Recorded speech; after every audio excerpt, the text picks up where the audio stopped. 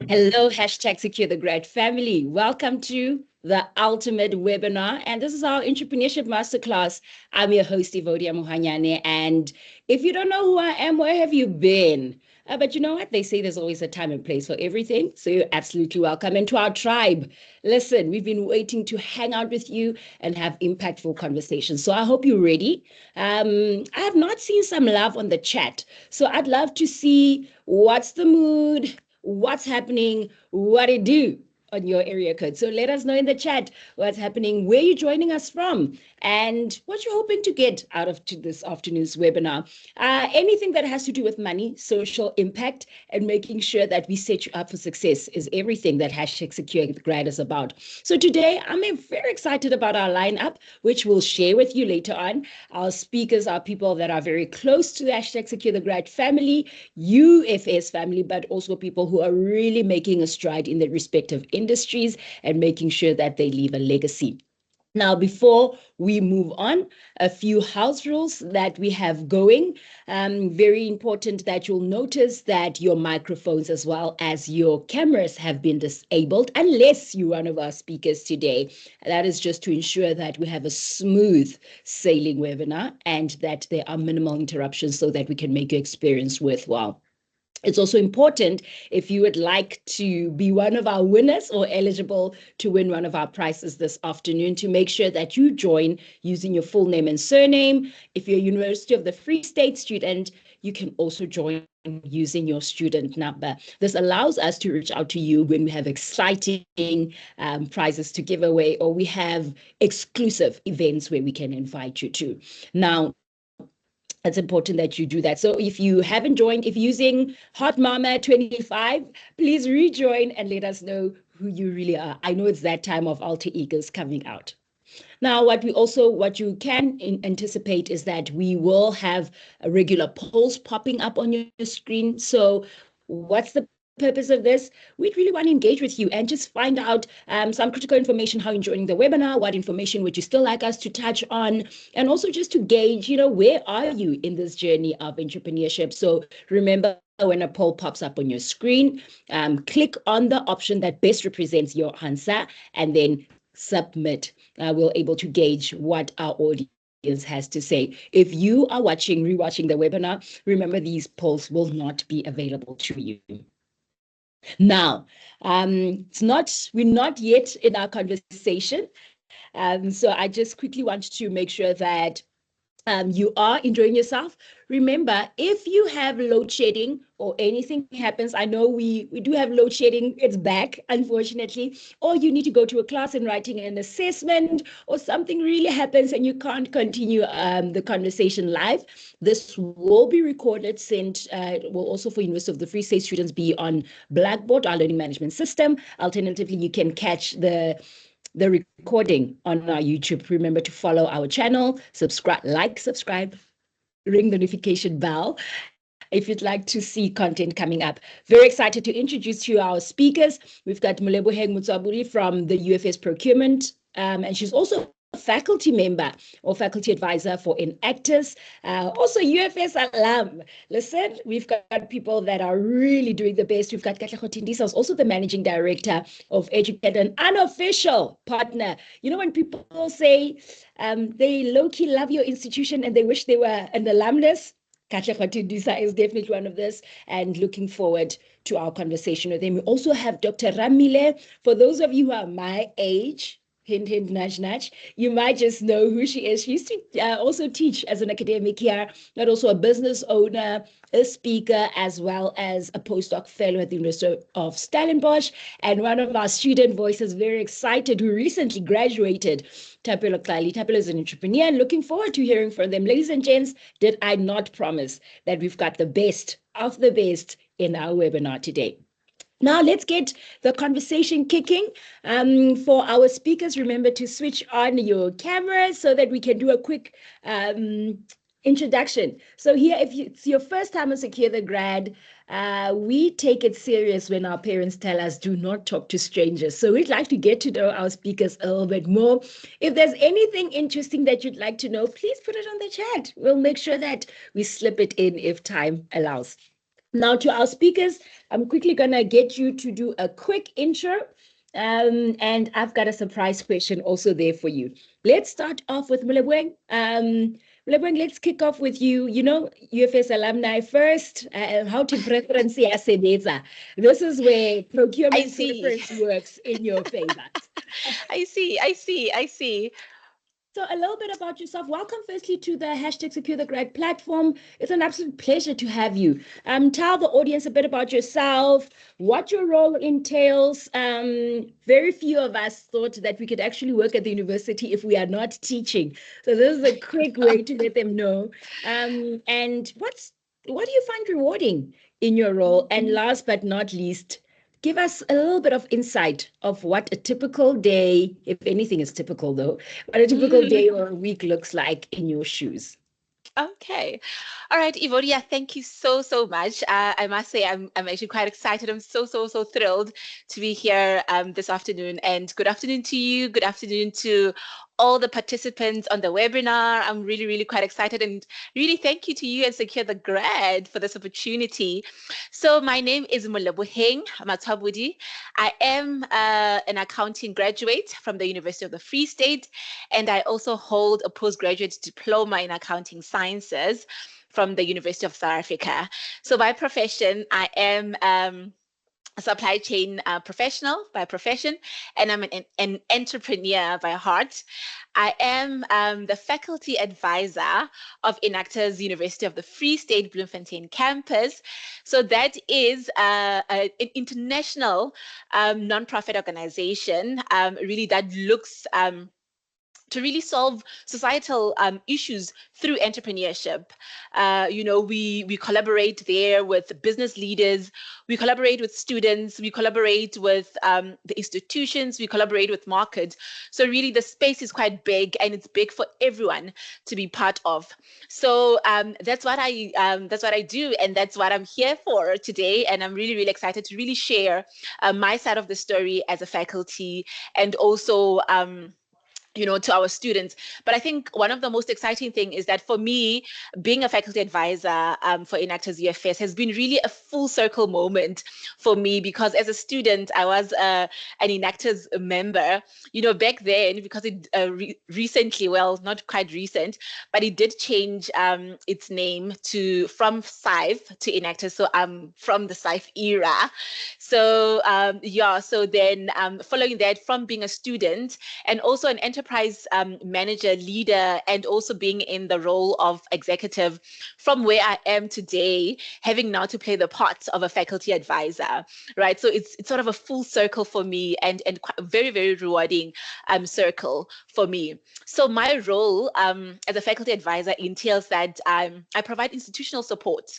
I provide leading, I provide student development. I'm the one that really sees to it that the enterprises that we are set to do within Enactus is really set. I'm actually the one that I think most of my students are sometimes not really happy with me, because I'm always like, but this is not done, but this is not the way we do it. So I really, my role also with others, because I really work with, we are a team of people. I have my co-faculty advisor as well, that we work hand in hand to really see to it that the students has access to information, the students has access to global platforms as well. So we really create those opportunities for them, and that really we provide a space for learning and a space of gauging and networking as well. So I think for me, the most rewarding part of it really is to see the impact that we do in the community through our enterprises, right? Is to really see the difference that, it could be through quality of life or standard of living of a particular person, but really to see our students tap into their entrepreneurial venture. I think really bringing a student where they were a bit unsure in terms of, do I even fit in this space? Is this really for me? But to really see them go through the process, go through our design thinking model, and really take them through the training process to really see them really take up the executive roles and also really start their enterprises and for it to really flourish. I think this afternoon I really have some success stories that I can really share of some of our students that really took this opportunity and are really flying very high with it. So I think I'm not sure if I covered everything that you wanted me to cover, but that's from my side. I'm really excited to be here. Thank you so much. Thank you. And we're looking forward into tapping into those conversations and understanding how can we help the rest of the UFS student body capitalize on the opportunities you offer. Thanks for that, Moleboheng. Let's move over to Katlego Thindisa. Mr. Thindisa, welcome to #Secure the Grad. I know this is not your first time live on the webinar, but not first time on the platform. Yeah, no, definitely not my first time. And I think once again, it's a pleasure to be here. And yeah, good afternoon to everyone. A bit about you. I can spill the beans, okay? But I'm gonna leave it to you. You've had a very interesting career. A little bit about who you are, what is Katlego Thindisa about, and if you can give us a bit, what do you find rewarding in your role? And if any of the Secure the Grad tribe members had to do your job for a day or a week, what does it typically look like? Yeah, well, I think firstly, I'm Katlego Thindisa, as already noted. Bit of background, I studied accounting science. Should I say, unfortunately, not at UFS, but I'm an accounting science graduate. So all the accounting science graduates in the room, can I see some reactions? Any education students in the room, can I get some reactions as well? The reason I say that is because I completed my accounting science, but then furthered my studies in higher education. So I did a postgrad in tertiary education. I was meant to, do articles and be a full-on chartered accountant, corporate, but I actually pivoted into education. I think a bit of a calling there in terms of a purpose that I wanted to fulfill. And yeah, so I found myself in the education sector, lectured for a couple of years. So as much as I may have not been at UFS, I actually lectured a UFS module. So law students, if you're in the room, I've lectured on the accounting modules for law students. You probably, avoid registering for it, but for those that have done it, I think you know exactly what I'm talking about. So yeah, I lectured for a couple of years and then got involved in education companies in the basic education sector as well as higher education.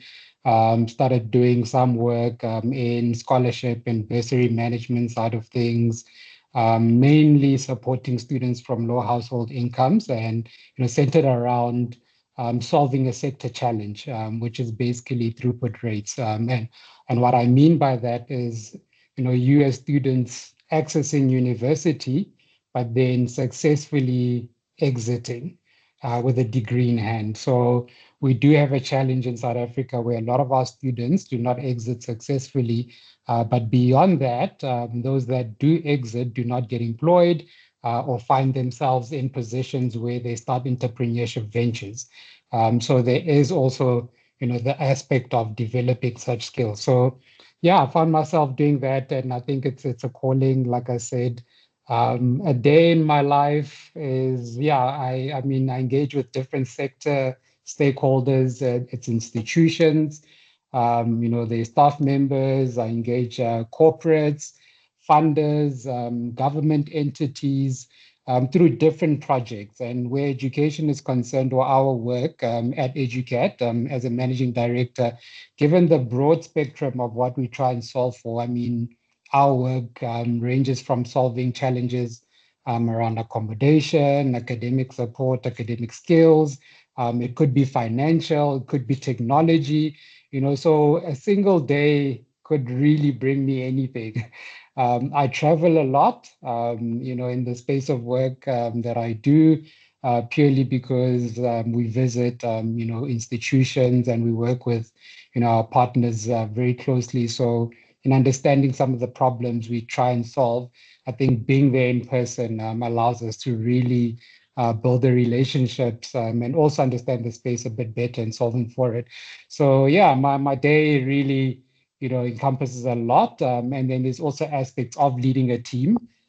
So there's a team of employees that I lead. So from an operational perspective, there is work that I do in that particular space as well.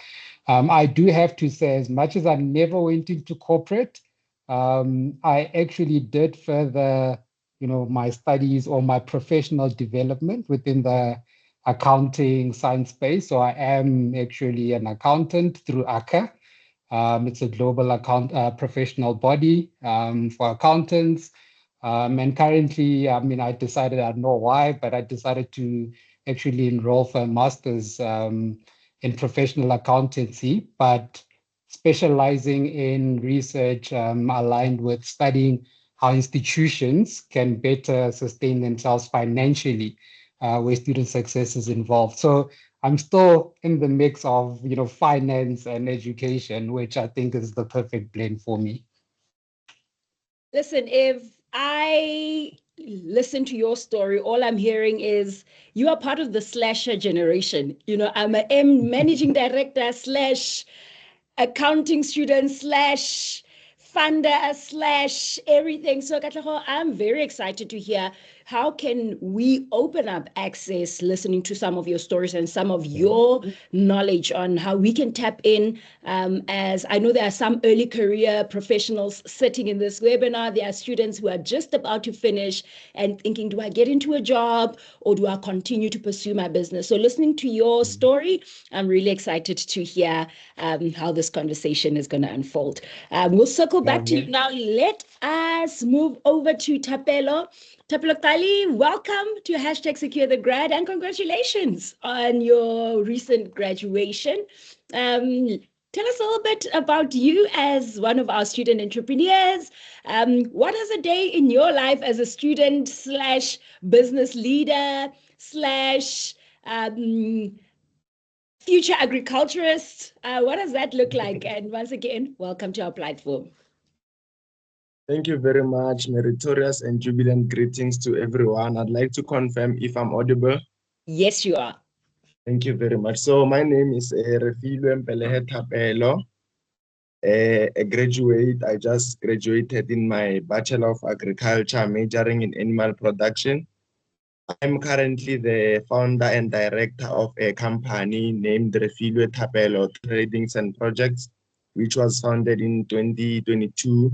And I'm also the founder and chairperson of an agricultural organization named Farmers Lovers. So I, as an individual, I'm an agriculturist, I am an entrepreneur, and I'm also an agripreneur. So yeah, it's a lot considering that I'm a student. So one can imagine. So without any waste of time, my role as the chairperson of the organization entails me making sure that all the students in the University of the Free State that are studying agriculture are catered for. So basically, we as Farmers Lovers make sure that students are educated, students are developed, and students are exposed to agricultural opportunities. That is what my role at Farmers Lovers entails. And at Thapelo Tradings and Project, my role entails making sure that each and everything on a daily basis is running. Currently,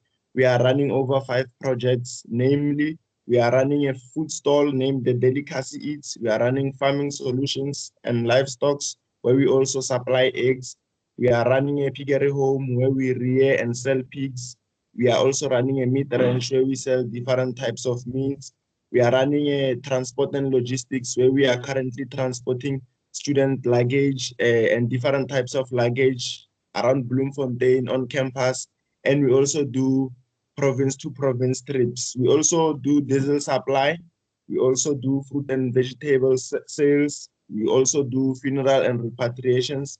And we are also in the property development. So answering the question, what is the most rewarding part of my role? So the most rewarding part of my role is that I get to meet all different kinds of people. I get to learn from different kinds of people. I also get to serve the community. I am a very passionate server and like giving back to the community. So I believe that's what an entrepreneur is about, and making sure that the next person's problem is solved. So that's what I do for a living. I just make sure everyone gets what they need.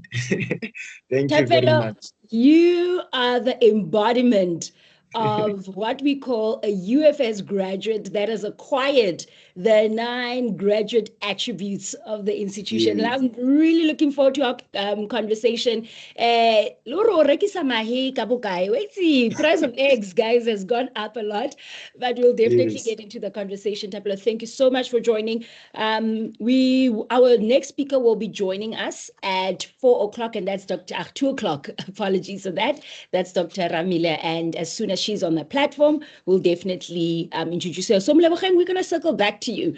From your perspective, as you've heard, there's quite a number of students that are either sitting with a business idea or they have started and they're just not sure, what are the first steps they need to take. I know particularly I'm also Residence Head tribe, if you didn't know, and I'm sitting with a lot of what I call hopefuls, because, then they're selling hippies and then they are selling muffins, and then they want to blow up the idea, or they makeup artists, and they want to just start.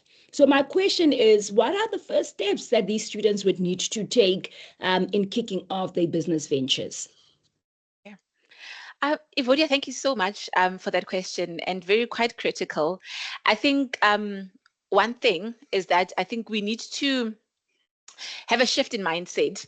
We need to start thinking about our ventures more than just side hustles, right? So we need to think bigger. We need to think on a much broader scale, right? So one of the most hindering things that or hindering things within student entrepreneurship is access to information. It's really access to this that you're talking about. What are the steps? What do I do? And where do I even do it, right? So for from our side as Enactus, we really always preaching the fact that we firstly need to do a market research, right?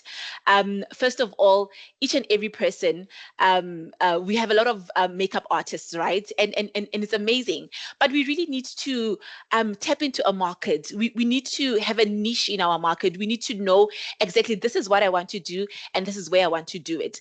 And you need to really identify your target market. Yes, makeup artists, but who are you targeting? Are you really targeting your younger youth? Are you really targeting your older people? Or where is your market situated at?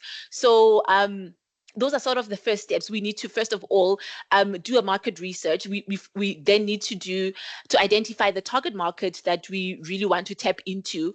Then beyond that, there's something that we really teach in actors, and it's really a phase. It's something that we can't really teach in 10, 15 minutes, but it's something that we call design thinking. So this is where you really take your idea into that a model, where you start from an idea itself, and then really take it through the stages that it needs to go into, where we speak about where we're really doing a needs analysis. Then we go into a space where we really want to test whether this can work in the market that we have identified. Then we really, up until we get to a point where if it doesn't work, we revert back to maybe there was something wrong in our needs analysis. Then we up until we get to a point where we are able to implement and so forth. And also I think the other steps, and which are really accessible, and I think what Secure the Grad is currently doing is amazing. I spoke about access to information, but here is the information, So join masterclasses, join webinars such as these ones, and really hear and try and understand and really find out where are these spaces that really speak about entrepreneurship. And really, I mean, we speak about organizations such as ours, which is Enactus. We also speak about and the entrepreneurial hub of the university.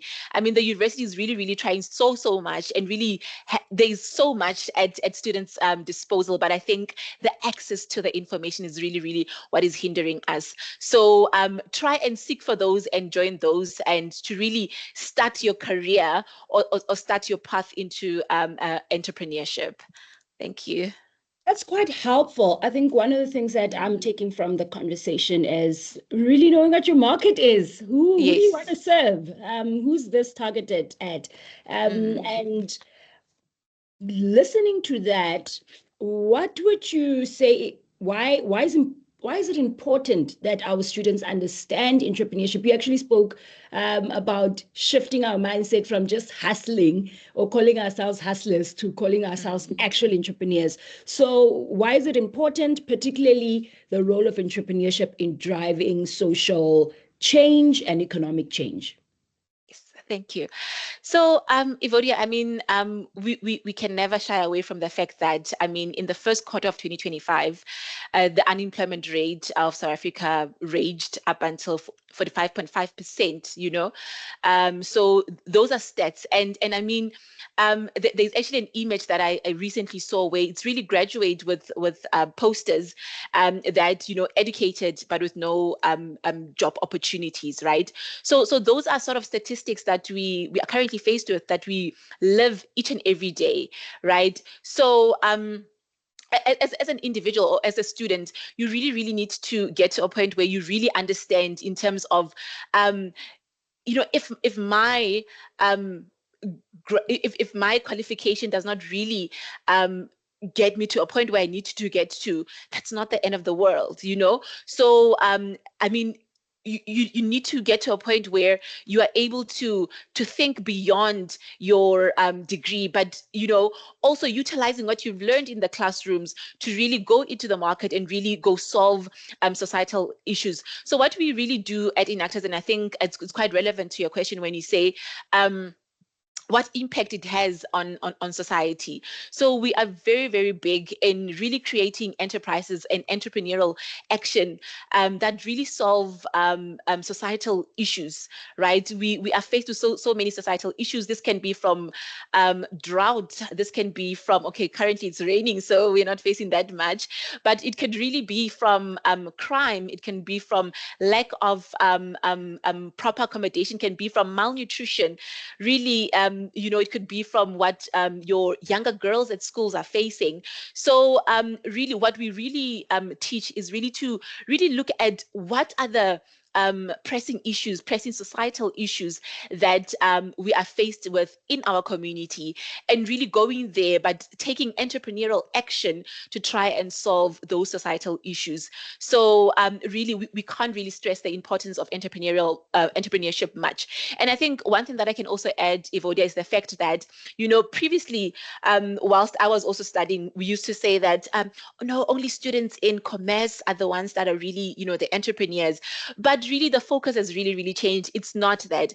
We really need entrepreneurs from education sectors. We really need entrepreneurs from your engineering sectors. I mean, we are faced with load shedding, as you have said. You know, we really need those experts to really come and solve the societal issues that we have through their expert knowledge. We really need people from health sciences, right? People from agriculture. And I'm quite excited with what I'm hearing from Thapelo, and really I got so much joy for being a student and really tapping into the market. So I think entrepreneurship, and most importantly, social entrepreneurship could, and if not, if not the solution that we need for our country. Thank you. Absolutely. I think those are very key questions. Our first poll will be launched on your screen now before we move to the next segment of our questions. So what we'd like to know is, do you aspire to be an entrepreneur while on your academic journey? So as a student, do you have any entrepreneurial aspirations? Let us know. Yes, I have a well-defined goal, or perhaps I have a plan, but it changes over time. No, I don't have a goal to be an entrepreneur. I'm focused on my studies without a clear career direction. Oh, wait again, I'm just not sure. You're asking a serious question. So click on your option and you can click on the submit button. I see already we've got 6 responses in and the number keeps on growing. Continue to share your responses with us. Looking forward to see. And wow, nice to see that quite a number of us have well-defined goals, and some of us are just not sure. But Moleboheng, while the poll is continuing, please continue with the poll and click on the submit button. One question that I'd like to know from you is, you spoke a bit around market segmentation. So understanding which market am I trying to serve? Can you help us in understanding how do I even start with that? Some entrepreneurs that are sitting in this virtual room might be saying, I don't know what you're even talking about when you talk about market segmentation. Can you elaborate a little bit on that? Yes. Okay. Thank you. So, when I say your market, this can really range from anywhere. It could really be people in the streets. It could be your fellow students. It could be really the community that you're coming from. So everything starts with an idea in terms of this is, sometimes just an idea in your head that this is really something that I want to do, but I don't know how to go about it, right? So, but also it starts with, and when I spoke about social entrepreneurship, it starts with, with the idea of, a lot of learners from my community either stay away from school whilst they are on their monthly days, or either they don't have access to water, they don't have access to electricity, or etc. So it starts with those. And really from that point, you need to identify this particular crisis that I've identified. For who do I want to solve it for? Right. So that's the first step in really identifying your market, right? So for example, if I could take one of the examples that we really have and one of the enterprises that we really have in our organization, which is EcoBlid. It used to be called She Cycle. So it's really one that really looks into bringing access to learners from high schools and really giving them access to reusable sanitary towels. Do you understand? So that's your market. That's because you have identified that so many X number of students, of rather learners, do not go to school on a monthly basis, right? So that's the market that you sort of need to tap into, and through that you then need to go into that market and really come with your product that you really, or rather the solution that you want to bring up to them, and really run a needs analysis where you really go through an engagement with this market, where you share where you share polls, I will say polls, but really where you share what you want to solve for them, and really try and find out if they would be willing to either purchase from you, if this would be a solution that you want to bring from them. Because I think one thing that we often do is really create businesses or create entrepreneurship or social enterprises that do not solve any problem, and we find ourselves not really succeeding in those, and that's really due to the fact that no market research was done, and you haven't really identified your market, and you haven't went and spoken to your market and say, this is what I want to do, this is what I've seen, this is what I want to do. Is there an interest from the market? Will they be able to purchase? Will they be able to engage in this X and Y product that I want to bring to them? And if it's makeup, right? There is so many makeup artists out there, right? So I think you also need to identify, what difference am I bringing? What is that X factor that defines me as an entrepreneur? And really sell it to your people and see if they really warm up to that X factor that defines you as an entrepreneur. So yeah. That is quite helpful. I think I also have an idea. One day when I launch my business, how do I start with that market research? Knowing there are a couple of questions that we need to ask, but I will circle back. And if we run out of time, we'll definitely put them up in the Q&A segment. Remember, from our audience, you're more than welcome to start engaging with Moleboheng as well on the chat while you wait for our Q&A segment to come up. Katlego, we're going to move the conversation over to you. You spoke to us about being an academic and then transitioning into business and working with quite big entities. I know you would most probably say, Ivovia, I don't share a success story yet, but that translates to some level of success. Can you take us through, how did that journey come about? And what are those pivotal moments in your journey that you mark as success markers? Yeah, so I think for me, I mean, first and foremost, it was making the decision to transition into the entrepreneurship space. I think earlier I did talk about, my purpose and, really saying, there's a purpose I need to fulfill, but that aligned to, a problem that had to be solved. Moleboheng was talking about, identifying a problem that is there. Business thrives on the basis that there's a problem that needs to be addressed. So people buy into, solutions, or they buy into ideas purely because they serve a specific need for them or address a specific problem. So then, I mean, transitioning, starting the business, just like any other business, it comes with its own challenges. But I think strategically positioning, the business in terms of, what it aimed to do was sort of key aspects of, the important part of it getting to where it is currently. The branding side of things was very big as well. As much as you know what you're looking to actually achieve and what you're looking to address. There were key aspects of how do I actually position the brand. And then, starting to engage with the sector, and the various clients.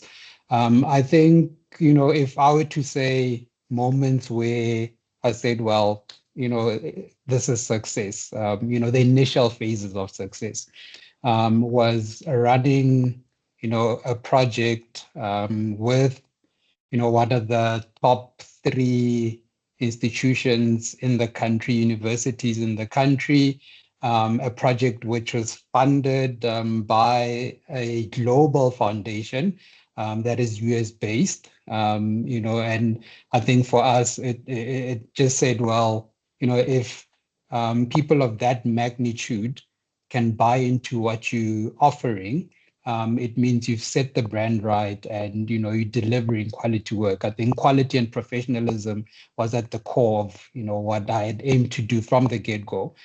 So us being able to land, such work, I mean, that was big for us.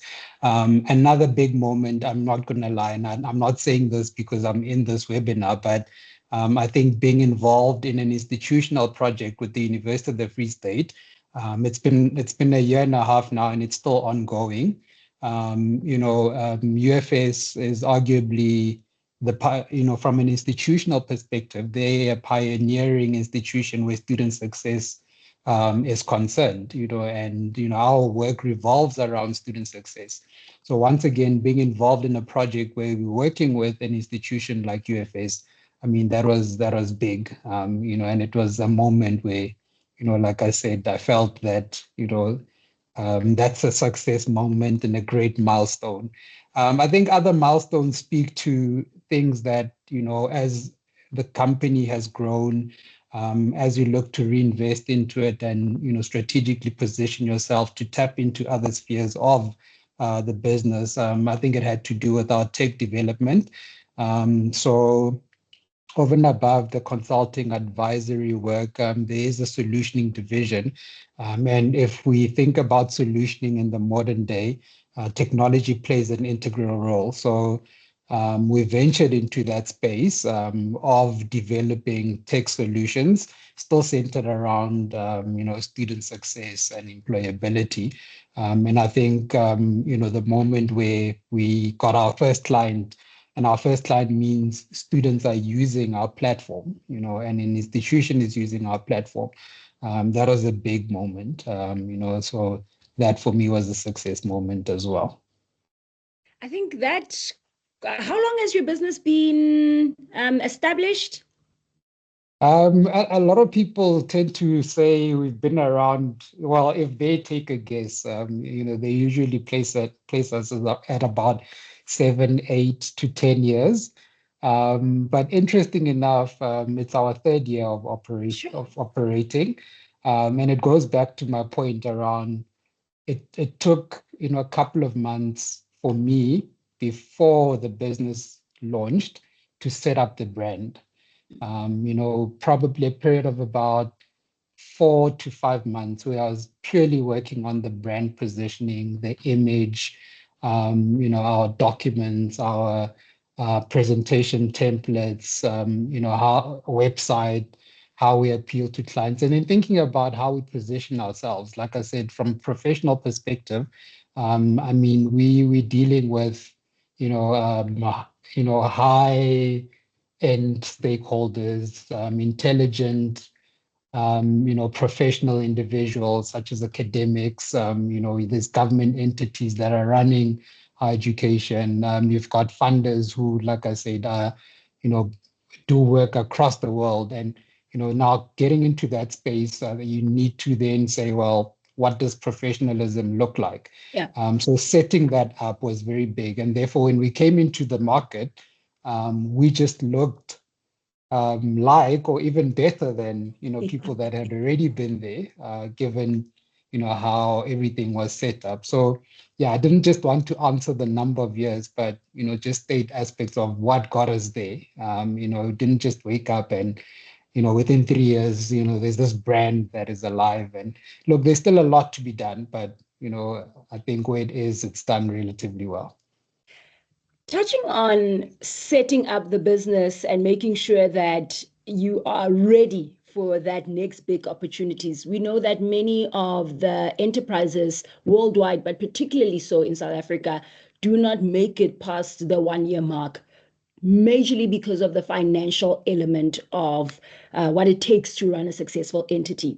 Will you talk to us a little bit about why it's important to understand financial management principles, especially when you're starting your business? Yeah. Look, understanding finances is the best thing you can do for yourself. If there's no sense of understanding the finance side of things, your business won't survive, right? So, and regardless of your background, so I don't want you sitting here thinking to yourself that, Katlego, but unlike you, I didn't study accounting, I'm not a finance person, and therefore, clearly then I'm not meant for this entrepreneurship world. The basic finance, you get exposed to courses around financial literacy.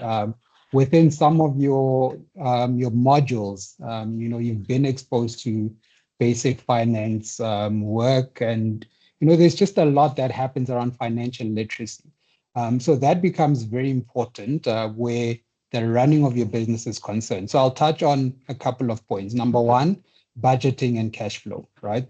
So a budget, you can think about it in your own personal capacity. You know that a budget speaks to how much is going to come in and how much is going to actually go out, right? So that's a basic principle which applies to a business as well. So understanding, what your expenses look like, essential expenses as you start off, and what the potential is of the income that you're going to generate.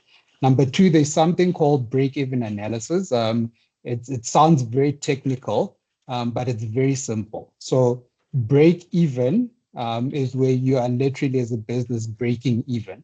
So if you've got certain expenses that you've accounted for from your budget, so you know that your expenses are 5,000 Rand per month, and you're selling products that cost 1,000 Rand each, right? So you're selling sneakers, your expenses are 5,000 Rand because all you do is order, collect them, fuel, or public transport to collect them, and then you deliver them by your clients, right?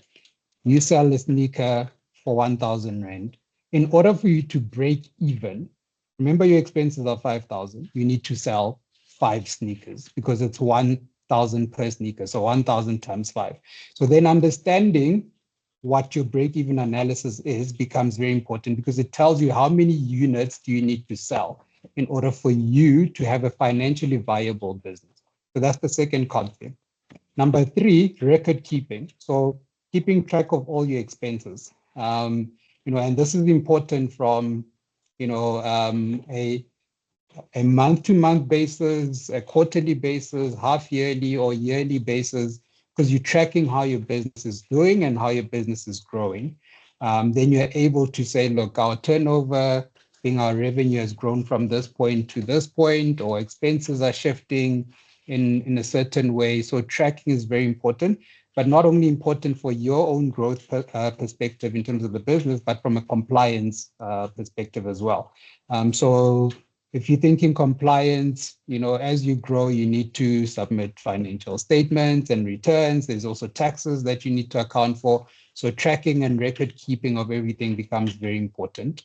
The fourth point is basically around sustainability versus survival. So a lot of business, basically in their first year or first to third year, don't make it purely because they become profitable, but there's no sense of reinvesting in the business. So if you don't reinvest in your business, it's not going to grow, not going to be sustainable. So basically you making money, but not enjoyment. And the money comes and you've got the big salary that you're earning, or you take all the money and you spend it on yourself, right? You need to differentiate between personal and business, right? So what comes in belongs to the business, and it's there to be reinvested in growing your business. Then you can determine whether the business is making sufficient income to allocate a sense of income to you. And that changes over time, which goes back to the budgeting and the break even. So they ultimately tie back to each other and the record keeping. So yeah, those are the key, financial steps, which I would like to, just put forward to everyone and say, if you're looking to run a business, keep those in mind. Around the record keeping, I know this can be something that, if not done well, you can find yourself really in a backlog or not having any form of record keeping.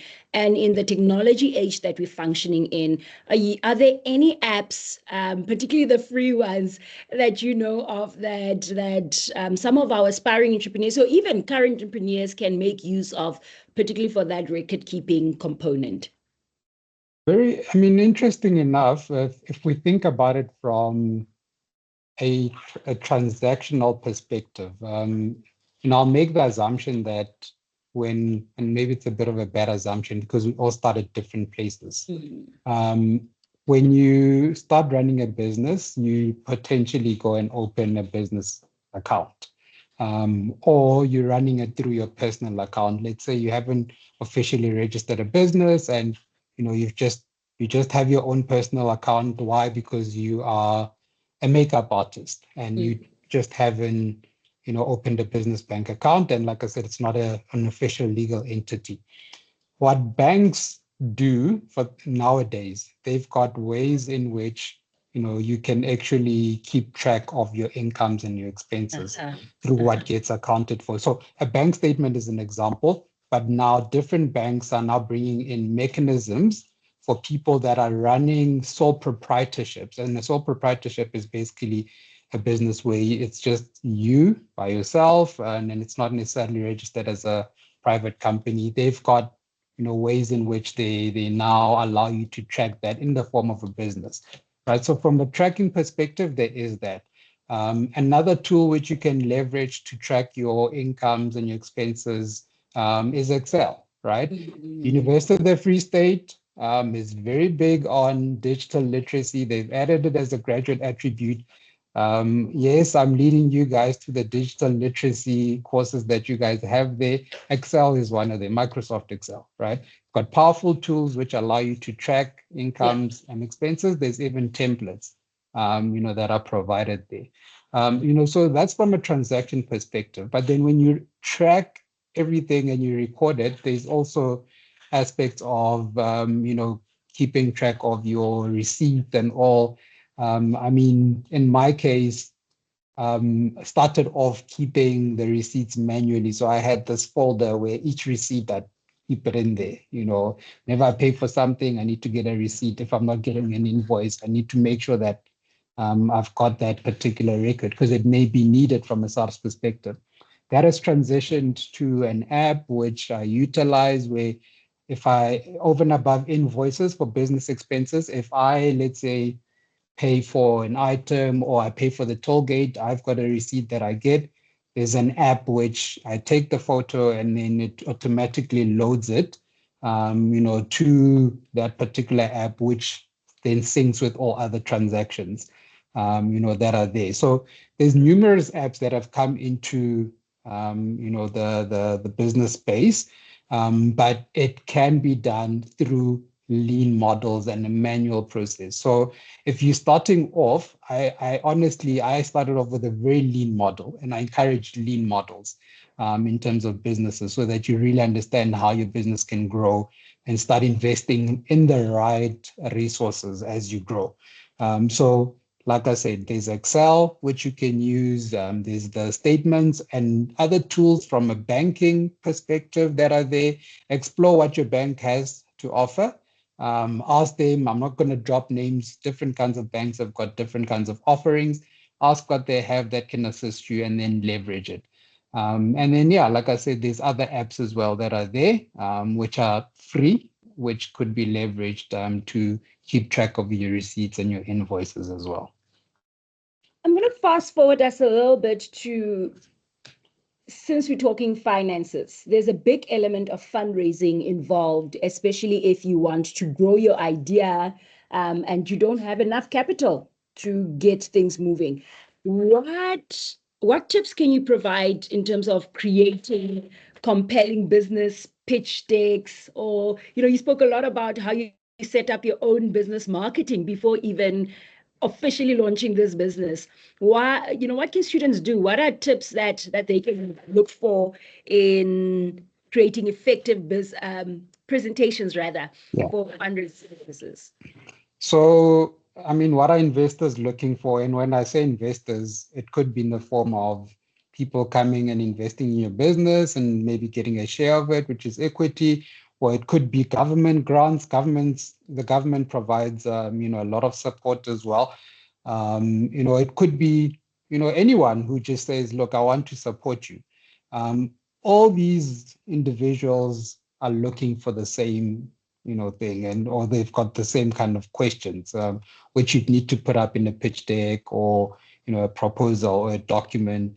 I think then once again, first and foremost, you need to provide clarity. What is the problem that you're trying to solve, right? So I'll use a basic example. I spoke about a makeup artist earlier. Someone may say, but you're not solving a problem as a makeup artist. What if you're a makeup artist for people that have got sensitive skin because of the kind of makeup that you're using? So people probably have challenges with using makeup because their skin reacts. So you are solving a specific problem where you've went and sourced these products which take care of sensitive skins, right? So what is the problem? Who's your targeted user, right? So who's going to buy this particular product? And what is so unique about the solution that you're bringing into place, right? And then point number two, what is the impact that you're bringing? And this doesn't necessarily apply just to social entrepreneurship. So I'll use another example. So if we look at clothing brands, right? There's different tiers to clothing brands. There's luxury items. They categorize them. There's luxury, there's couture, there's streetwear. So streetwear is all about culture, and culture and living in the moment and being relevant. So the impact is that it contributes towards the culture. It makes people feel in a certain way. They feel involved. It grows a specific space. It could be music. It could be anything. So you're serving a specific purpose, right? So what change will this make? In terms of what you're putting forward. Then number three, very important. What is your business model? So your business model basically speaks to how are you going to make money, right? So there's products, there's services, Where services are concerned, I'm using different kinds of examples so that I try and encompass everyone. So if we take a tech solution, for example, a tech solution could be sold in different ways, right? People deploy different models. It could be a subscription, which is a per month subscription. It could be a license fee. It could be what we call a freemium. A freemium, it's free up until a certain point, and then you've got all those annoying ads, and then they tell you that you must pay so that the ads get removed. So that's a model and so on. So there's different kinds of models that people deploy, okay? Then what becomes important is traction as well. Investors want to see if there's traction. So have you tested this? Have you piloted? Have you, if it's not yet launched, have you maybe done send out some surveys to see whether people would be interested, in buying your product or leveraging your service? So use that evidence to show the investor that, look, there is potential viable business. If it's already operating, you can say, look, here's a market that we already have.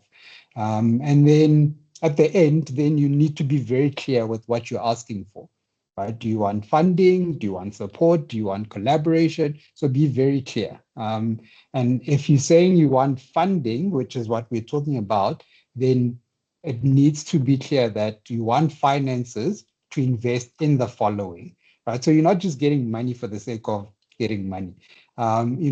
People always say, I'd like to start a business, but I don't have money. And then I always ask them, okay, fine, there's 500,000 Rand or 1,000,000 Rands. What are you going to do with it? And then they're like, no, I'm not sure. So at the end, it's more saying, this is what I'm going to do with the funding, and this is my ask. Very interesting. We are going to, before we wrap this conversation up with Katlego, we're quickly going to launch a poll. Remember, if you have joined us late, we are engaging with you, just like to understand where you are in this entrepreneurial journey. Our poll has just launched on your screen, and we want to know, do you believe you possess the qualities and skills to make an entrepreneur beyond your formal qualifications? So either yes, I have strong qualities and skills that enhance my employability. Yes, but I feel I need to develop certain skills like or no, I rely primarily on my formal qualifications for employability, or no, I feel I lack the necessary qualities and skills beyond my qualifications. You can select the option that best represents your answer. Click on the submit button, and we'd like to hear from you. Thank you so much for those of you who've already responded.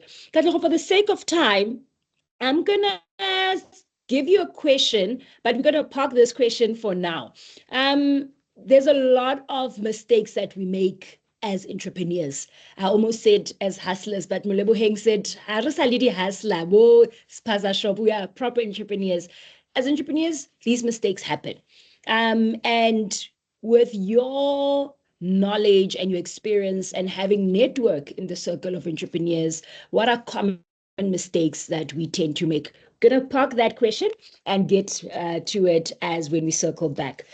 So last but not least, one of our speaker has finally joined us, Dr. Rammile. Welcome to #Secure the Grad. Definitely not a stranger, tribe. You know Dr. Rammile. She's usually joining us on our career segment. Welcome. We're looking forward to hearing from you. We'd appreciate a quick reintroduction, and then we're going to jump straight into the questions. Dr. Rammile, welcome. All right. Thank you so much, Evodia. Really glad and honored to be here again. So I'm working at Stellenbosch University. I'm working there as a researcher, and I think I was bitten by a bug there at CTL and Career Services, because my research is focused on graduate employability.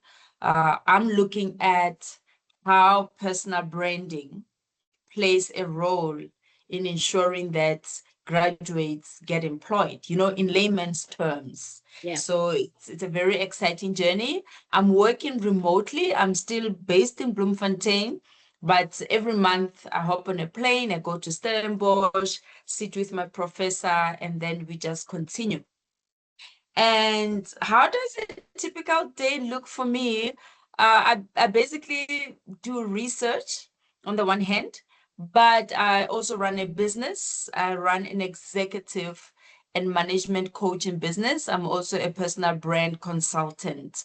So my clients are mainly executive in private sector and entrepreneurs. And I have seen a few students who, come to my business seeking coaching and mentoring. So that is what I'm doing. I do have a background. I am a former academic at the University of the Free State. I worked there from 2003 to 2014. And then 2022, I started working at Career Services, very, very short period. And last year in October, this opportunity at Stellenbosch was presented to me. I'm also a pastor. So I am wearing a lot of hats, and my day is like a fruit salad, I do a bit of everything on a daily basis, but mostly because of my research. I'm focusing on my research, going back into academic publishing and all that exciting stuff. Yeah, I think that's that in short. You fit right in with everybody that has just introduced themselves. Kitty Slasher, pastor slash head of business slash researcher slash student entrepreneur. So we told you hashtag secure the gratis. We did not bring Bo fly by night. We brought the real deals to you this afternoon. Dr. Rammile, you've had an extensive career all the way from academia, research, and running your own business. And even as a pastor, I mean, that's a huge responsibility. Give us a bit of insight on how has your experience of the world of work been, and I mean, this sounds like it's quite a big question because you have quite a big career, and particularly zoning in a little bit on your role as an entrepreneur. Okay, so it is challenging, as you can imagine, but I've also been challenged to grow, right? For example, I've been challenged to develop leadership skills. I've been challenged to develop coordination skills, also especially emotional intelligence, because I enter different spaces. As a pastor, you preach, but you also do some counseling. You meet married couples, you meet young people, people who are broken, at an emotional, social, personal level. So you get to enter those spaces with people. But then, for example, when I started working at Career Services, that was also another adjustment. I needed to find myself in the support side of things. I've worked at the university as an academic. So entering Career Services was also another experience. But now zooming more into entrepreneurship, as you said, as an entrepreneur, I have found that I have to constantly be open to one, learning, keeping up with the trends. And also remember, business is not like a career where this is what I do every week and this is what my salary looks like on a monthly basis. There's constant developments that you have to keep up with. You can wake up and get a call. Somebody from APSA says, hey, listen, what are you doing on Friday? We need your session. And then it changes everything. And then there's other times where it's literally quiet. A whole week, it is just a quiet week. So how I manage that has required me to develop a lot of interpersonal skills. You're constantly marketing yourself. You're constantly managing relationships. And this business is in you. It's like a child, that you carry with you wherever you go. Sometimes you go shopping and then you see certain things that would work for business. It's like when you're a mom, you go shopping for yourself and then you're like, that could look good on my baby. Same thing with business. So, it's a lot of adjustment that you have to do on a daily basis. Now, you have spoken a bit about, getting into corporate space and working with respective corporates.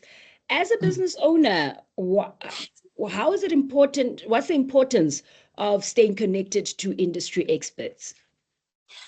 It's super important, especially I want to talk to those young people who feel that they are introverts. Going out there is just not for them. Listen, we all have different personalities for a reason. But if you're an entrepreneur, you need to be intentional. You need to take yourself out there. It's not good enough to say, I have a great business idea and I'm going to market it on social media. You actually have to know who to look for, and you need to reach out and know that it's not everybody who's going to be open and excited to welcome you in their spaces. You have to have a thick skin. Don't take rejection personal. Don't take a no personal. And every now and then, you have to be able to pull yourself in, breathe in, and recover quickly. Business is about recovering quickly from a downfall. Or if things don't go the way you want, you have to maintain a consistent demeanor that is welcoming and excited to do business. So it's very important to stay connected with industry experts and pursue them. Email them, call them, and there's a balance. There's a balance between pestering somebody and pursuing somebody, So you have to know when do I stop? But then also you can't just make 1 or 2 calls and be like, okay, I give up, Yeah. I want to latch onto that component because I think it can be a very tricky one and a very tricky balance to strike between when am I overbearing and pestering, and what are the right steps if I want to build this professional relationship. So with that, I want to ask if you can talk to us a little bit on, what are those important elements around networking and why is it so important? Yeah. And then how do I strike that balance between building the relationship and being overbearing? Yeah, perfect question. And thank you for that. So networking is super important. And this is what I usually say to my clients. 20% of your success as an entrepreneur is based on what you know, what you offer. But 80% of your success as an entrepreneur is informed by your network or your connections or relationships, whatever you want to call it, right? So building relationships is also very key. And I find that especially with younger entrepreneurs, it's all about, I have this idea, who's going to give me funding so that I can produce these products? But then when the products are on the table, they stay on the table, right? So remember, in networking, it's about, number one, you connecting with not just clients, but individuals that can refer you. But then the big question is, how do I build these relationships? Don't network with the mentality that says, what am I going to get? What can they give me? What am I going to ask for? You network best when you enter networking spaces with the intention of, what am I going to give to this individual or these individuals or this body? Because networking is not just a networking event there, right? I always say, as an entrepreneur, you have to have your personal advisory board, where you know who are the people that you need for what. But the biggest thing, enter the space with, what is it that I can give? And because we're talking to young people, be willing to volunteer, because remember, as exciting as you might be about your business idea, you don't have the experience yet. You don't have the resources yet. You are not an expert yet. So enter the space with a mindset that says, how can I volunteer? I'm able to do this.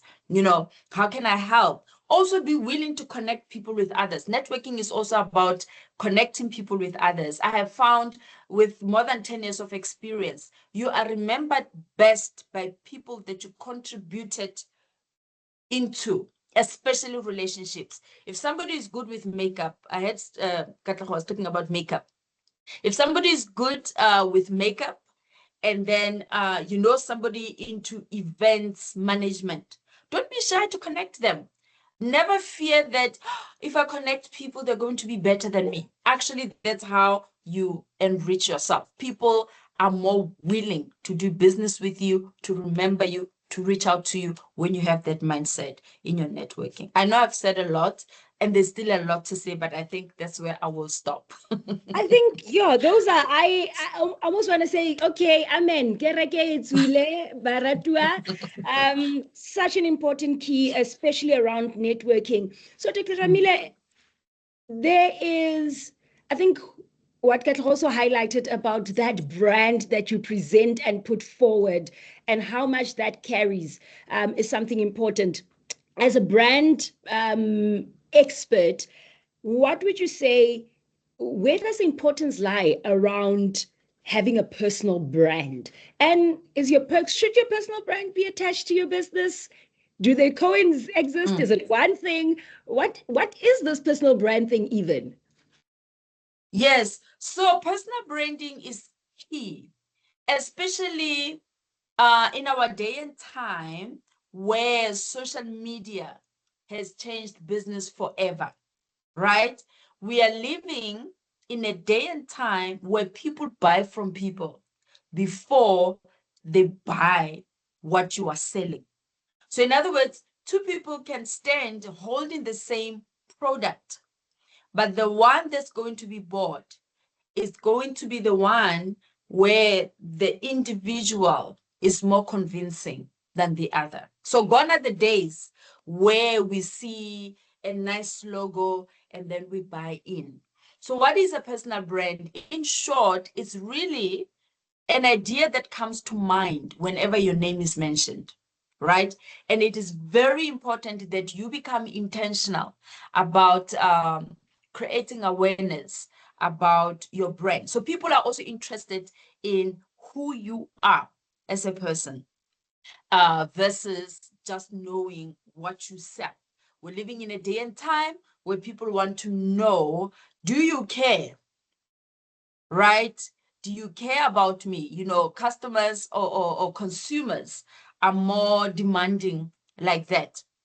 And so how do you build your brand? Your brand is also informed a lot about what energizes you. So if you're going to have a relevant personal brand, remember your brand is about you, but it's not for you. It's for your clientele or your target audience. So identify things that energize you as far as your business idea is concerned, because people catch energy even more than words. So the first thing people catch is your energy. Number two, then they catch your body language. Three, they catch your words. And then the product or the service is usually the fourth thing. And entrepreneurs want to start with the fourth thing and then wonder, how come I'm stuck and how come I'm not moving? Yeah, okay. Bonola, who is our head of Secure the Grad. Bonola, we need a whole masterclass on personal branding. I'm just putting it out there, okay? I think one thing I'm taking away from this conversation also is that your brand is not about you.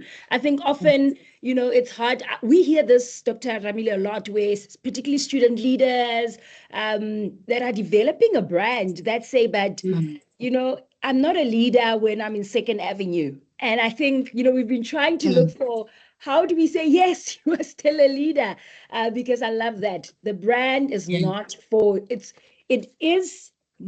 about you, but it's not for you. So lovely hearing that. Rammile, I want to maybe, as we wrap up our conversation, talk about, as we heard from our previous speakers, unemployment in South Africa is at an utmost high. And that also includes students with university degrees, university graduates. So what habits or actions can our students take to ensure that they improve their chances of being employed, but particularly self-employed? Yeah, you know, Evodia, it really starts with the right mindset, you know. And I know you and I have been young before, still sort of youngish. I think I'm approaching a big age. But when we were much younger, you know that when you have an idea, there's an excitement and there's a feeling that says, wow, I'm going to conquer the world. I'll be a millionaire in 6 months and all that. So I want to say, yes, dream and dream big. It's very important. Dreaming is like the oxygen of your business if you're an entrepreneur. But then also be willing to start at the beginning. I use this analogy to explain, and hopefully I answer your question. To say a business is literally like having a baby, right? You have a full human being that gets born, but this human being in the beginning is 100% dependent on you. You have to feed it, you have to think for it, you have to bath it, and all that. So when you start your business, yes, dream big, but you have to come back from the clouds and be in your reality and start where you are. And by that, I mean, it's going to require you to sacrifice a lot. Last time I checked the stats, they said it takes at least about 5 good years for a business to finally stand on its own, So in the beginning, you inject a lot. Even when you make money, don't rush to the mall and go to Spur and all that. All the money you make in the first 5 years, you reinvest in the business. And your business is also going to require you to grow your other skills as well. So you might still need to go for other forms of learning. In other words, don't just be stuck with, I have a BCom and that's it. I told myself when I got my last degree, I said, that's it, Lord, I'm done. I'm not going to study again. But now in Stellenbosch, I feel like I'm writing another thesis because this project, it feels like a thesis, So never stop learning, have the mindset and be patient with yourself and appreciate that you start small, because when you are small, the mistakes you make are also small and therefore quicker to fix, right? And be willing to go through the growing pains. You can do a business course, but I tell you, when you do business, everything is not going to go according to the textbook, and you will find that you for example, I don't have finance in my background, but I've had to learn something about finance. Like I said, I'm a shy person. My job is mostly on stage, and people assume that, oh, there's an extrovert. I'm not. When I get off the stage, I want to run away and hide in my corner. But I've had to be willing to come out of that comfort zone. So be willing to come out of your comfort zone. And also, you need to be resolute about what you want to do. Not everybody's going to clap hands for you. But if you know that this is what you want, you go for it. And also, like I said, your energy is very important as an entrepreneur.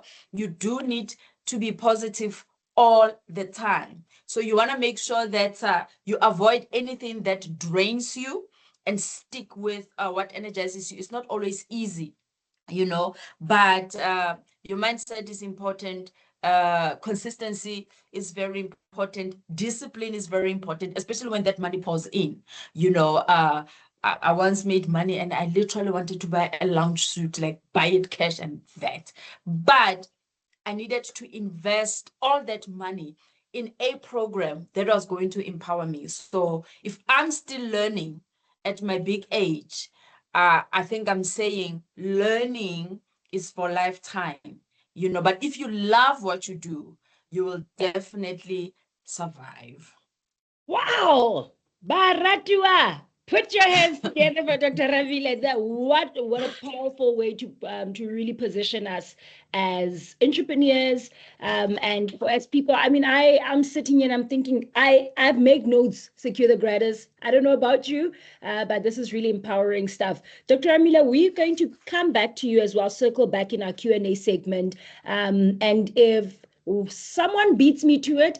I wanted to know a little bit on how we can leverage social media, but that's a question that we'll jump into as soon as we get into our Q&A. We're going to hear from Thapelo Xhali, who is our student voice this afternoon. Thapelo, talk to us. You run quite a number of organizations as a student entrepreneur or recent graduate. Talk to us about how did this come about? What success and some of the successes that you have acquired to date? I know you guys have won quite a number of prizes in the last couple of years, particularly in the agribusiness. Talk to us a little bit about that. Thank you very much for the opportunity once again. It is a great pleasure to be part of the guest speakers, and I really honor that. I would like to say hi to Dr. Rammile, who was my senior at the career services when I was a career ambassador. And I would like to emphasize the fact that personal branding is really important, and all that Dr. Rammile said is true. I am personally using everything, most of the things she's been saying to make sure that I grow myself. So throwing it back in the years, in 2013, that's when my entrepreneurial journey began. Then I was selling products from Avon, your perfumes, your lotions. I was still in primary, selling to my teachers then. And the following year, 2014, we were at grade 7. We had a program. I still believe the primary school kids still have it, and I think it's a good initiative. So the program was Market Day. So at primary schools, there's this Market Day where children are required to come and sell something and make fundraising. So then I was selling Boerewors rolls, and that's where my journey started, because I didn't just do it at school. From then I started selling Boerewors rolls at home with the support of my mom and dad and brothers and sisters. They helped me. And grade 8, 2015, I started joining pyramid schemes back then. So that's when how I started selling a product. So then I was selling a pyramid scheme, like recruiting others to come and join. Further down the years, following year, I started selling Green World, which was a herbal product, like your Herbal Life, your Forever Life. And from Green World, I grew, because from there I could make a network of people who are in also different industries. Now I'm not only selling to one cycle, I'm selling to more people now. And in 2017, I collaborated with a friend, and we started a business where we were releasing doves. So it's very important, like Moleboheng said, that it's very important to make sure that you know your market, know what your market wants. So in our area, there was this initiative where in funerals, if you have a funeral or you have a wedding or you have a party, you release white doves. So there was something that not everyone does. So what we did together with my friend was we brought that to our hometown, and we started now having our own doves that we can rent out and hire to people. And we were the only ones who were doing that by then, because that's a thing that only, I'm sorry to say that, but that's a thing only the whites do, where at their funerals they release doves, and it's a sign of saying goodbye. Or you release 2 birds at a wedding, it's a sign of sharing love, of showing love. So we were able to spot the gap then and bring the business. Until today, we are one of the best back in my hometown of releasing doves. And throwing it down the years, COVID-19 hit. And when COVID-19 hit, most of the business were shutting down. So what we also did in the COVID-19, we grew our business, not just now releasing doves only, because of the network that we had, that we've been creating along the way. We were now able to grow our business and turn it into a funeral parlor.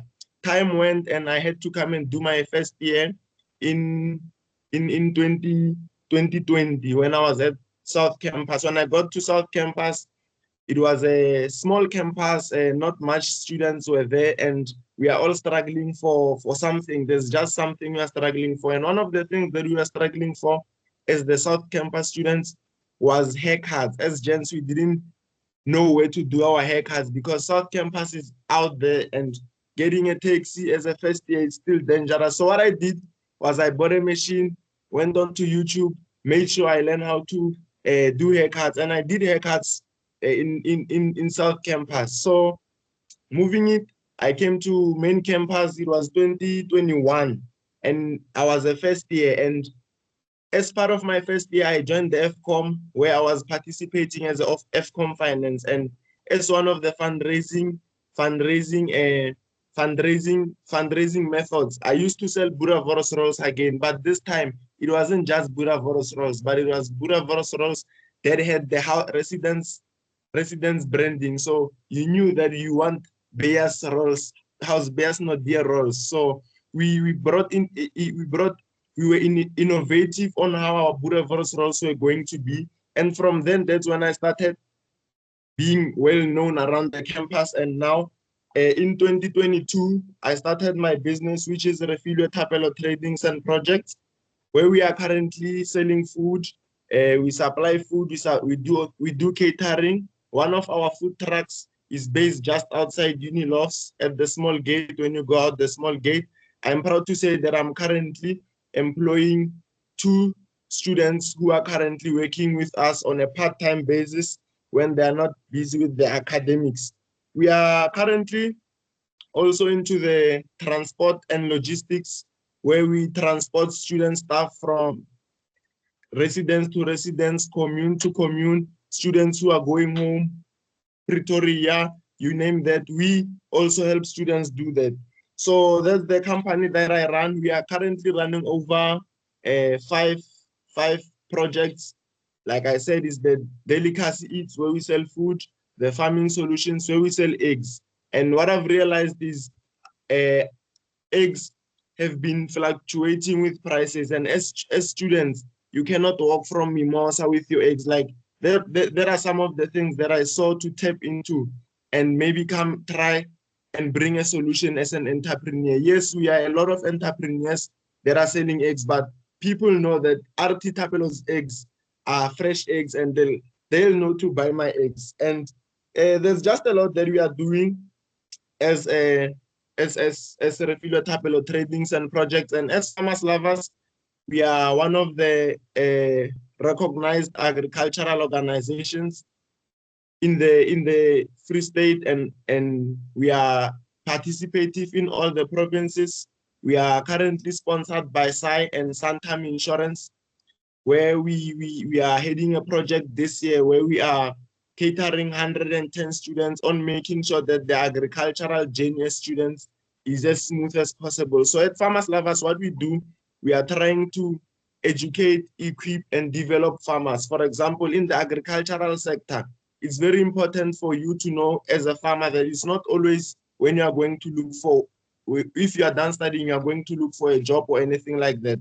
As Farmers Lovers, is our role to make sure that students know what they're going to do after they graduate. For example, in farming, you have agripreneurs, you have agro processors. So as Farmers Lovers, is what we are trying to do to make sure that farming is fashionable, and students in the University of the Free State mainly are catered, and the journey as agriculturists is as much simple as possible. And I'm proud to say that we are the 2023 NAMPO Briar winners. NAMPO is an international event that happens at Bothaville, where all the international exhibitors come and exhibit at NAMPO. So thank you very much. I think that's a success story from my side. Listen, I'm getting chills as you speak, Thapelo. I've been very privileged to witness your work ethic. And I think, and I meant it when I said you truly embody what a UFS graduate should look like. One that not just qualifies in terms of their academic competence, but one that makes sure they use those skills that they've learned to make a success, not for themselves only, but for others. Thapelo, we're way over our Q&A segment, but I've got one question that I want you to touch on. If you can quickly respond to this. We want to know, I mean, you've been successful. From primary, high school, even you had varsity. Can you summarize for us what support did you use, and what resources have really backed you up to the point where you are even able to employ other students? Okay, thank you very much. I'll try to wrap it up and summarize it. So basically the resources, the support that I got, I would like to say it's very important to reinvest in yourself. Ne? So each and everything that you get, you must just make sure that it will benefit you for tomorrow. Our youth today is not saving. Our youth today is not using what they have. So what I did was I used what I have. I started from using my pocket money and used my NSFAS. And when I was an employee, I'd also use my pay to make sure that I reinvest. So ever since I've been an entrepreneur, there's no day where I remember rewarding myself, anything like that. I best believe if you're an entrepreneur or you are youth that is interested in entrepreneur, you must first think about longevity. Entrepreneurship is not about now, but longevity. So each and everything that you have, you must think, how is it going to benefit you in the long term? So I think that's how I managed to get where I am. I used what I have. I used the resources that I have, and I saved as much as I can and made sure that my priorities are the right priorities, and I'm not prioritizing I'm not prioritizing the wrong things. Instead of buying clothes, I'll make sure that I save and buy something for the business, or I'll save and buy stock. There you have it, ladies and gentlemen. Harris Katlayangbo, I blew it, Nebo Mojalav. Or on the latest Kofsi social media platform, hey, Thapelo Kyo, he blew it. I think that's brilliant advice coming there from Thapelo, who is our student voice. Ladies and gents, we have reached our Q&A segment. If you'd like to ask a question, please raise your hand. Our technical team will enable your microphone and we can get your question. I do note that there were a few questions that came in earlier. Do we have a question? I think our speakers were, they were top notch. Kutlwano Mashego, you have your hand up. Can I just ask our technical team to please unmute to enable Kutlwano's mic? Kutlwano, when your microphone is enabled, remember to unmute yourself and ask your question. Okay, my name is Kamkhelo Makhatu. So I wanted to ask Ausi Evodia, how do I become a career service ambassador? That's a very good question. I'll ask one of our team members to put on the chat the contact details to Career Services. I know they will be launching the Career Ambassador project very soon. Please be on the lookout. One of the things that you can do, remember to read your emails. Career Services regularly sending out emails. But last but not least, for all of you as UFS graduates, remember, register on the Career Hub platform. All the student opportunities, particularly around career services, will be there. Thank you for that question, Kamuelo. Kutlwano, your chance. This is your opportunity. Please remember to unmute.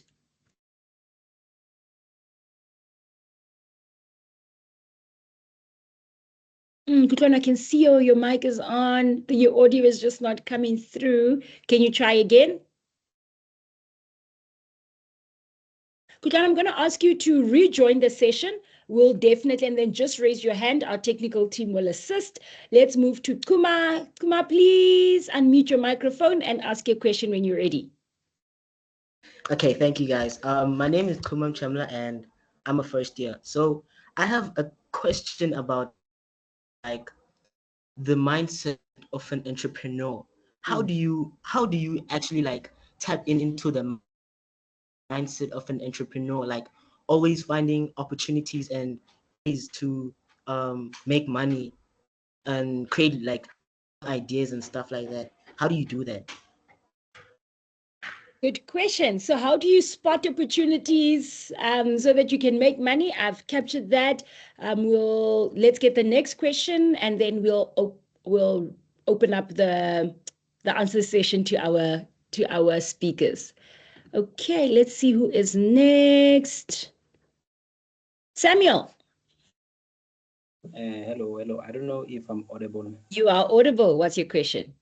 Yes, my question is, how does one navigate the situation where like you have so many ideas and you don't really know which one to start with and where to find relevant mentors and people who are gonna help you navigate that path that you want to take of entrepreneurship, especially when you've got so many ideas and you don't even know how to. Yes. Perfect. So how do you sort out your ideas and get that one perfect idea? And how do you navigate the space, particularly using mentors or accessing mentors? We've got that one. We're going to take our last question from who is next? Arminia. Please unmute. Hello, what's your question? So I have like 2 or 3 questions. So my first question is, as Samuel said, sometimes you have like a lot of ideas, right? But then my question is, would one rather advise a student to just focus on only one business and make it big, or it's better for one to have like multiple businesses, but then they are rather your small, medium-sized enterprises? Then the second question is, like, I've noticed that the world is just like so dynamic and unpredictable right now. So in that case, how does one prepare themselves for anything that might happen? And how do you like differentiate or position yourself in a market where like close to everything that one can think of already exists? Like, how can I position myself to create something different or to be able to identify an eye-opening opportunity that's gonna make me different from my competitors? Awesome. Thank you so much for that question. So competitive advantage. For our guest speakers, I hope you are making notes. I'm not the best at listening, making notes and navigating. So I will not be asking anyone specific, so you can decide which questions you want to take on. And I think we're going to give Kutlwano the last question. Kutlwano, please try your microphone again.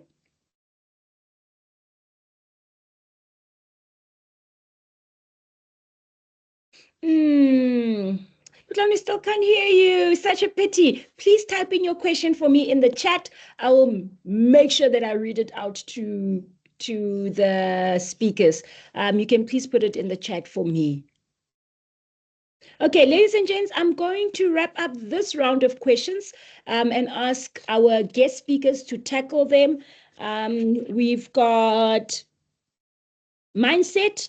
How do I have that mindset of an entrepreneur? We've got questions on the many ideas. So the ideation space, how do I settle whilst I'm in that ideating space? And, how do I find the main idea that I pursue? And the importance of how do I then also capitalize and make use of mentors while I am trying to get my journey of entrepreneurship going. We also have a question on, do I just stick to one idea and hope it makes it big, or can I tap into multiple ideas and get them going? And then how do I prepare for the unexpected? I think that's a very good question because it happens in business, even if you are employed. The unexpected can happen. And then lastly how does one create a competitive advantage? How do I distinguish myself from the rest of the other business people? So let's just hear from our panelists, who is taking what question. Moleboheng, I see you want to go for it. So remember, we have quite a number of questions, let's keep it brief, straight to the point. Moleboheng, hit it, and then we're going to move to Dr. Rammile. Okay, thank you, Evodia. I think I want to firstly start with the competitive advantage one, right? And really, I think maybe my response is not going to be really what she wants to hear, or sorry, what he or she wants to hear at this point. But for me, and I'm speaking from a starter point of view, right? So one thing that I really teach and that we really teach within Enactus and that we really vouch for is really, instead of competitive advantage, how about collaborative advantage, right? At a point where we really bring everything together up until where it is at a stage where it can branch on its own, right? Let's start together, build a collaborative advantage where each and everyone has a piece in the market. And then at that point where you've really learned, because I think the key idea is really learning and harnessing skills from everyone that you can come across. I mean, we spoke about networking, and networking can be networking within your peers, can be networking with older people and so forth. So really, I think I really would want to encourage more of a collaborative advantage to really create a greater impact for yourself, impact for the community, etc. So I think I'm going to stop there with that one for now, and then just give the other speakers an opportunity. Thank you. Awesome. Thank you. That is brilliant. Collaborative advantage. Love that. Dr. Rammile? Thank you once more, Evodia. Let me tackle this one of multiple ideas. What do you do when you have a lot of ideas? Do you go for all of them? Or if you start, which one do you start with? So number one, I will say you need to do a needs analysis and also check where you are at and what you have. So in other words, you make a list of those ideas. You want to make sure that you understand your ideas thoroughly. That's number one. And then number two, test your ideas. Don't just want to do something, because ideas can feel exciting. And if that's all you rely on, then you've got problems. So also consult, who is good at doing something that you want to do in the future, and engage those people. That's number two. And then thirdly, assess your market. What is the need out there? And also, when can that need be met? When can you be able, to meet that need? And you will realize that, like I said, in business, not everything is predictable. If in a career there's some unpredictable things, it's even worse in a business, right? So what you want is to, after you've engaged, and then you will get an idea and a feel to say, okay, given time, given resources, given where I'm at, given who I know already, I think it might be a good idea to start with this or these ideas. But as you progress and you go along, you will see that ideas also evolve. If I can tell you what my business was when I started versus what it looks like now, there has been a lot of change. So the biggest thing is to remain open, don't lose focus, but then also remain open to be agile, be willing, to adjust accordingly, depending on the demand, but avoid doing 10 things at once. I've also seen that if let's say you finally find your idea after doing all this, then what you want is to allow it to grow to a point where it can start supporting your other ideas. But remember, the old saying is true: a jack of all trades is a master of none. Yeah, so that's that. Very good advice. Thank you so much, Dr. Rammile. Very, very good advice. I see, Kutlwana, also would like to know, particularly from you, how do startups with no particular traction position themselves at scaling positions in as far as access to market and funding is concerned? And this can go to any of our panelists as well. Funding is a very big deal. Thapelo, you want to weigh in on this one? Thank you. I would like to add on the two questions that were asked of how you change your mindset into being an entrepreneur mindset. So it's easy. You just need to know where you want to see yourself, what you want, and know where you come from, know your background, and just know where you are going. If you don't know where you are going, what you want in the next 5-10 years, then it's not going to be easy for you, because you'll just keep giving up. Last time when I attended one of the expos, Sheldon the Baba, who's the owner of Legendary Babas, he says his business collapsed after 2 years of existence, and it was well established. But because he knew what he wanted, he went to go. He went to buy a bike and do house calls and do free cards to the community, just because he knew what he wanted and he knew where he wanted to see himself. For example, you can see how great Legends Baba is, and how to use your mentors. Make sure that your mentors are the first people you go to. Your mentor is the first person you bother. Make sure your mentor is the person you want each and everything from. They also know someone who will help you with something. So make sure that you ask questions, make sure you make research and gain as much knowledge as you can. I like the fact that Dr. Rammile stated that you must always be willing to learn. So every time you are willing to learn, if you don't know what to do, go back to your mentor and see how they can help you. Thank you. Absolutely. Amazing, amazing.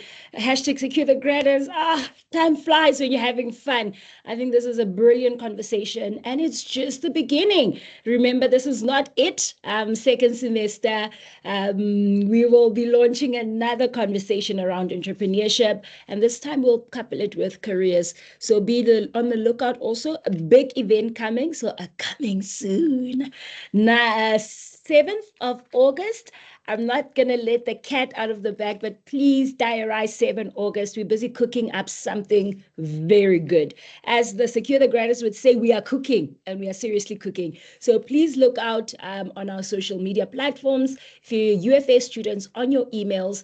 And this is the time where we're going to announce our winners for this webinar. Ladies and gents, are you ready? So before we go to our winners, just remember that we have GPS at UFS. You most probably have seen these emails you've seen on the bridge, Takaning Bridge, Bloemfontein campus, as well as your respective campuses.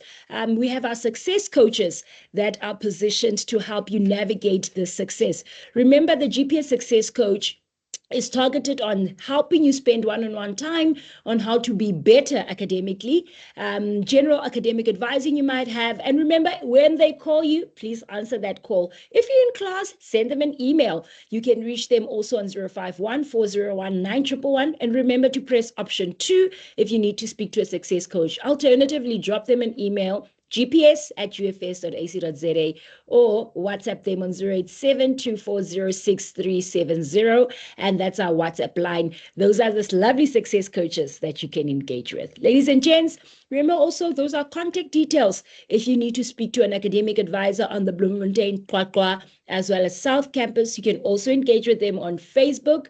Alternatively, use the same WhatsApp number. If you need of a tutor, A-Step, the ultimate #1 tutorial program at the UFS, is here to support you.